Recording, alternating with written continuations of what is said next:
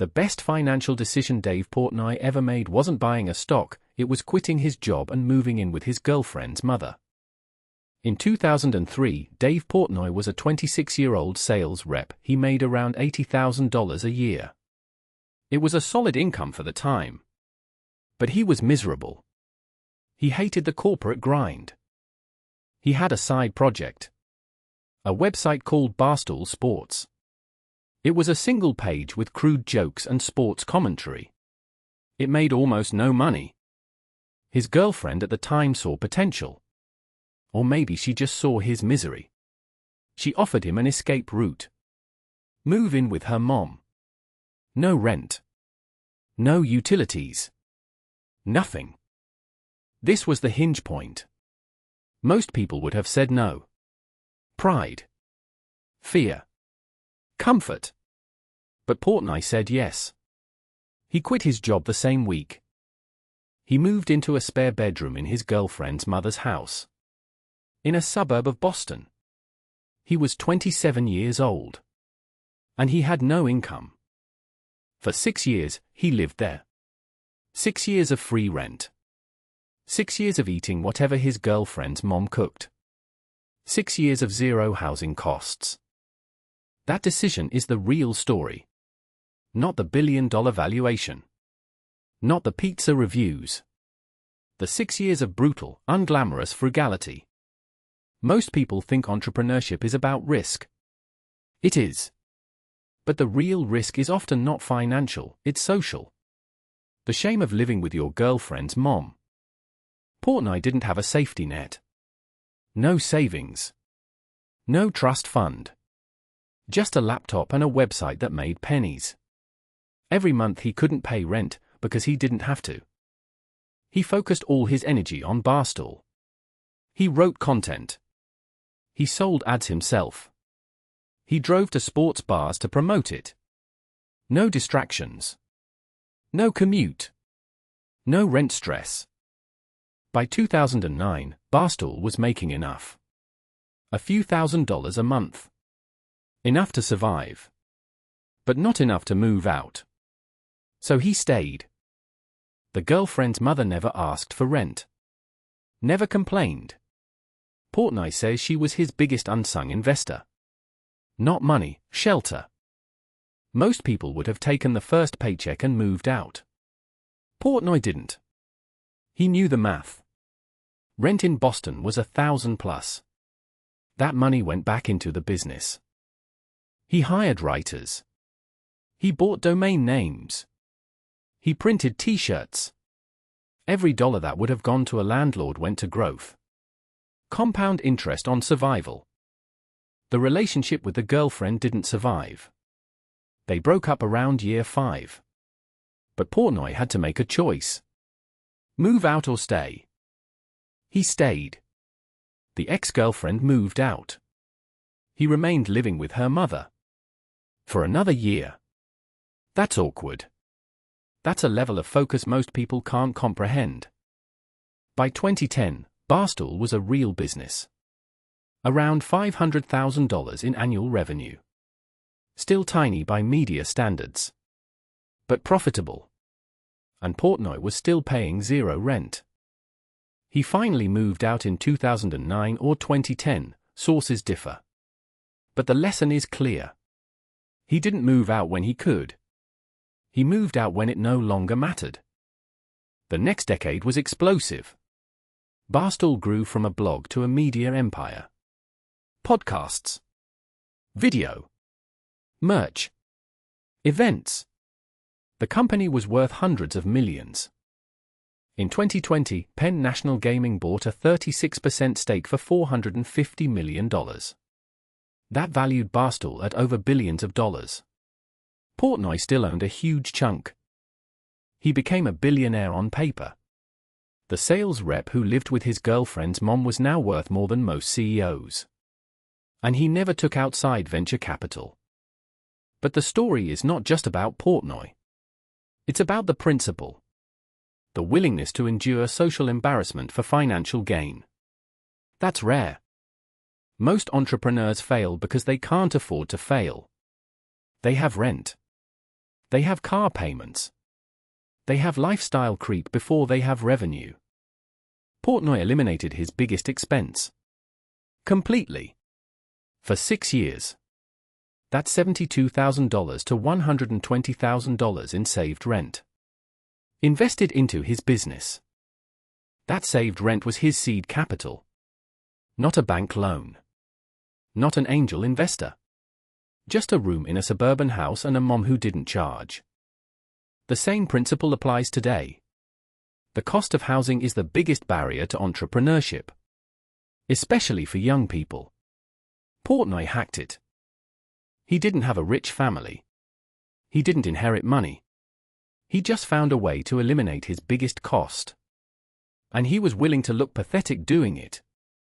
The irony is that most people who could do this won't. Because ego. Because pride. Because they'd rather have their own apartment and a dead-end job. Portnoy's story is not a blueprint to copy exactly. It's a lesson in leverage. What expense can you eliminate? What sacrifice are you willing to make? He also got lucky. The girlfriend's mom was generous. The timing of the internet boom helped. But luck is when preparation meets elimination of downside. The downside was social humiliation. The upside was a billion-dollar company. He calculated that trade. Most people never even consider it. Today, Portnoy is worth an estimated $500 million to $1 billion.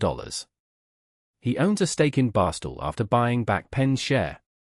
He's back in control. He still lives in the same city. But now in a penthouse. He still eats pizza every day. But now it's a brand. The boy who lived with his mom is a mogul. The real wealth blueprint is not about stock picks. It's about removing friction. Cutting costs. And being willing to look foolish while building something. Portnoy's story is extreme. But the principle is universal. Lower your fixed costs. Maximize your runway. And bet on yourself when others won't. The next time you think you can't afford to start something, remember the man who lived with his ex's mom. He didn't wait until he could afford it. He made it affordable. He gambled on free rent. Most people would not. They value pride over potential. That spare bedroom became a launch pad. No distractions. No bills. Just focus. He wrote daily. He built an audience. He learned what people wanted. The girlfriend's mom never complained. She saw something others missed. Portnoy's friends thought he was crazy. They had jobs. They had rent. He had nothing. But Barstool grew. Slowly. Painfully. One reader at a time. By year 3, the blog made real money. He could have moved out. He stayed. That discipline changed everything. Reinvesting every dollar into content. The ex-girlfriend eventually left. He kept living with her mom. Awkward. But necessary. 6 years total. That is longer than most startups survive. He survived. The real lesson is hidden. Most people focus on the exit. They ignore the entrance. Portnoy's entrance was a spare bedroom. What is yours? But what made him stay? The answer is not obvious. It wasn't loyalty. It was a calculation. He knew his odds were low. He bet on himself anyway. The math was simple. Free rent meant more time. More time meant more chances to win. He played the long game. Most people want instant results. They want the big win fast. Portnoy didn't. He accepted slow growth. He understood the power of compounding. Not just money, but audience, reputation, trust. Each week he gained a few more readers. That slow drip became a flood. He also learned something crucial. The internet rewards consistency, not brilliance. He showed up every day. Rain or shine. Sick or healthy. His readers knew they could count on him. That reliability built a tribe. A tribe that would follow him anywhere. The girlfriend's mom became his silent partner. She provided the capital. The capital was a room. No equity. No interest. Just a chance. Portnoy never forgot that. He still speaks of her with gratitude. That kindness changed everything. He repaid her with success. But here is the twist. Most people would have quit after year 1. Year 2 was harder. Year 3 felt impossible. He lost the girlfriend. He lost his social life. He kept going. Why? Because he had nothing left to lose. No backup plan. No exit. Only forward. That desperation became fuel. He wrote with urgency. He took risks others wouldn't. He mocked big media. He offended people. He didn't care. He needed to survive. That edge made Barstool different. It was raw. Unpolished. Real.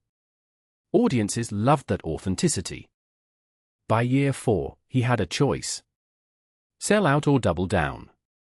He doubled down. He reinvested everything. He hired his first real employee. He bought better equipment. He printed more shirts. The growth curve steepened. He was no longer a blogger. He was a CEO. The ex-girlfriend's mother never asked for rent.